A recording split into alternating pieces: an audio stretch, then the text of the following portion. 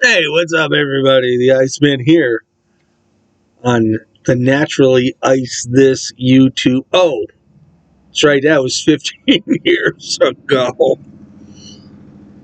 The Iceman V2013 YouTube channel, sucking down a natural ice like the old days. Met with Tony Khan. Oh, shoot. Didn't clean my face up. Oh, man. Oh, God. Reminds me of the old days, man. Back, 26, 27 years ago. You know, back with Bischoff, Scott Hall, Kevin Nash, and Hogan on a plane, spreading them out, putting them in. Tori Wilson, I had to buy her knee pads so she could do her job for everybody. It was like, oh my God, where is she now? She does fitness. Oh my God. The good old days when you were when you were younger, you bashed people.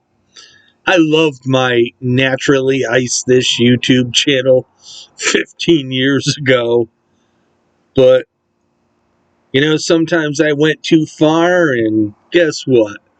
Who friggin' cares? I did what I did, and I had to do what I did. And, then I got beat up on as far as my channels went, and whatever. Who really gives a shit? Because I don't. Um, Actually, I was going to play my theme music to do this video after getting back, and woo, I totally forgot. But anyway,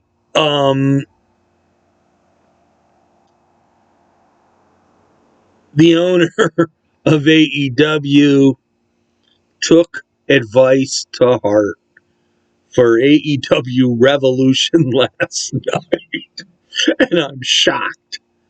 Why would he listen to a YouTuber? It's crazy, right?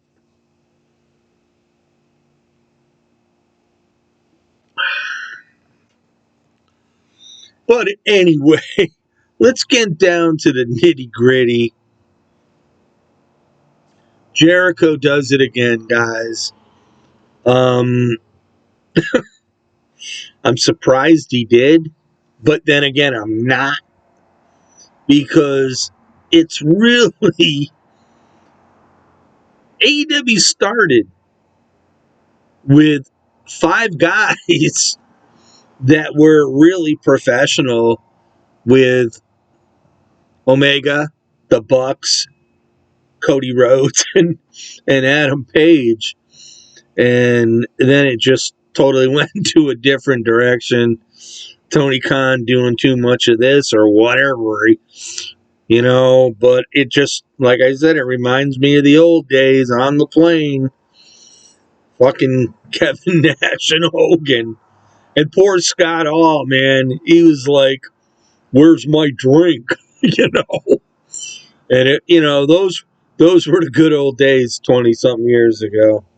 But anyway, Jericho put over Ricky Starks last night, and as well as it should have been, I predicted Jericho to win. Ricky Starks came out on top. That was a good thing for AEW. Another good thing for AEW, which the women's AEW championship match, the three-way, everybody's saying Saraya, Saraya, Saraya. I wanted Hayter to retain. I did pick Saraya because she's another ex-WWE person like Jericho. And it turned out a little bit different.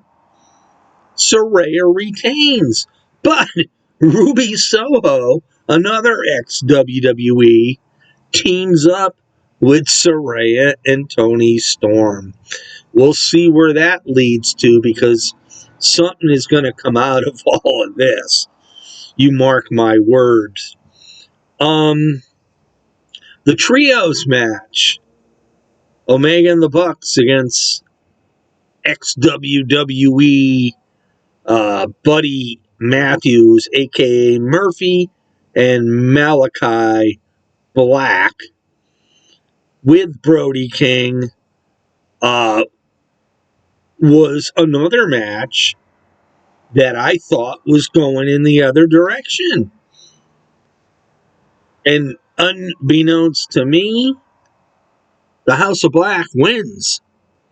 Shocked the shit out of me when I was watching this match. No, it really did.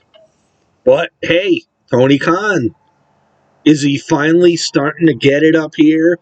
Tony, do less of this and maybe more of being a thinker. You know, have a beer instead of, whew, dang. So, Samoa Joe, another ex WWE guy holding the TNT title, faces Wardlow. Now, I picked in this match, it didn't really matter who was going to win because Powerhouse Hobbs, Will Hobbs, on Dynamite this coming week, will have a match for that title. And I predict that Hobbs will end up defeating the winner, who in fact was Wardlow. And so, hey, Tony Khan, you had I think, a real good night because you threw everybody off with the matches. So, I mean, dang, jeez. Hangman Page and Moxley, the majority picked Moxley to come out on top of this. I was one of the minority that said Moxley does not need to keep winning. And I did predict Hangman to win this match. And was I right? You bet your ass the Iceman was right. He made Moxley tap out. How often do you ever see John Moxley tap out in a bloody massacre? He was being choked with the chain by Hangman Page. Now let's see where this leads to. Is the feud over even though it's tied 2-2? Or does Tony Khan capitalize on it and say, one more match? And if they do have another match, it probably will be Moxley as the friggin' winner. So, one has to wonder. AEW Tag Team title match. Jeff Jarrett, Jay Lethal, The Guns, The Acclaimed, and Danhausen and Orange Cassidy, which I didn't think should have been in there at all.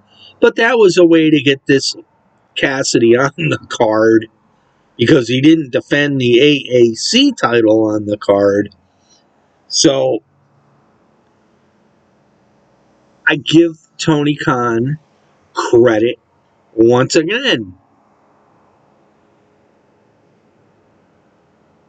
The Guns retain the title.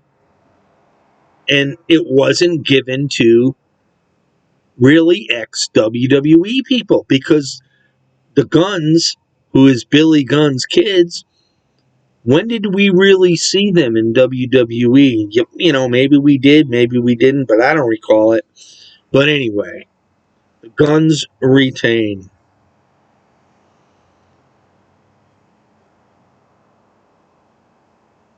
And then the Iron Man match, which I give credit again to Tony Khan. I give credit to MJF, who looked the best physically that I've ever seen. And I give credit to Bryan Danielson. This was a brutal match. And it was a match that a lot of people were thinking, well, Danielson's going to come out on top.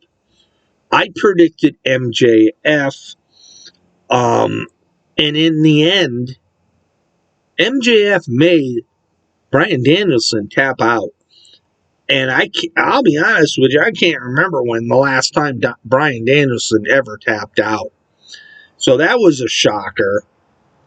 But the only WWE people that actually won at Revolution was the House of Black. 2/4 of them, meaning Buddy Murphy, Buddy Matthews, a.k.a. and Malachi Black, along with Brody King, and of course, Julia Hart. So, in essence, I think AEW did a great job. They threw us all off. And I honestly think it was the right thing for Tony Khan to do. He's moving in the right direction, so to speak. And let's see if it continues. Because let's face it, the Moxes, the Jerichos, the Danielsons of the world, and Omega and the Bucks, how much longer are they going to be around? You just don't know. So you need to get this younger talent in line to take over AEW if you plan to have a long haul in the world of professional wrestling. So, this is the Iceman on Naturally Ice This. Did it again.